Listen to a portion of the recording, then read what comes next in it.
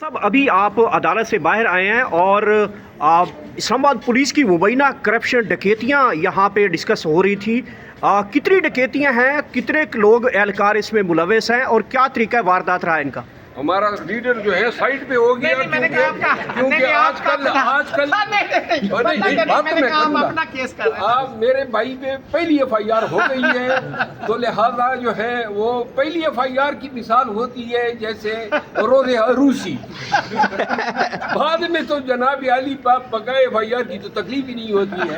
तो लिहाजा अब ये मेरा वकील हुआ करता था, अब अल्लाह ने हमें मौका दिया है कि हम इनके वकील बन जाए। जहाँ तक इस केस का ताल्लुक है, ये इस्लामाबाद पुलिस ने जो है कई डकैतियों की वारदातें की है। चंद थानेदार पकड़े गए, उनसे हम 2 करोड़ रुपए जो है उनमें 1.5 करोड़ लगभग रिकवर हो गए। एक बंदा एफआईए का एहलकार उनके साथ मिला होता था और इसने कोई 10-12 वारदातें और भी की है। एक और वारदात जो है 10 करोड़ 17 लाख की इस्लामाबाद पुलिस ने की है डकैती की वारदात है। उसके पर्चे का आर्डर सेशन कोर्ट ने किया है, अभी तक पर्चा नहीं हो रहा है। और उसमें जो लोग हैं उनके हवाले से मैंने उनको बुलाया है और हम बाकायदा प्रेस कॉन्फ्रेंस करके उनको नामजद करेंगे क्योंकि वो सारे जो है पहचान में आ गए हैं और ये कई एक वारदातें हो गई है।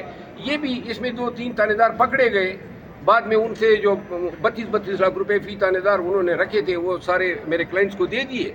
लिहाजा वो छुट गया। वो कहता है ये इससे 15 लाख रिकवर हुए थे, 32 लाख इसको ईसादारी मिली थी। तो वकील साहब उनके कह रहे थे कि 15 लाख तो हमने दे दिए हैं, तो 17 छोड़ के हमें छोड़ दें। मैंने इसका मतलब है करप्शन एडमिट तो हो चुकी है। करप्शन नहीं है, ये डकैती है। अच्छा, करप्शन तो फिर इसके मुकाबले में बड़ा आसान जुर्म है।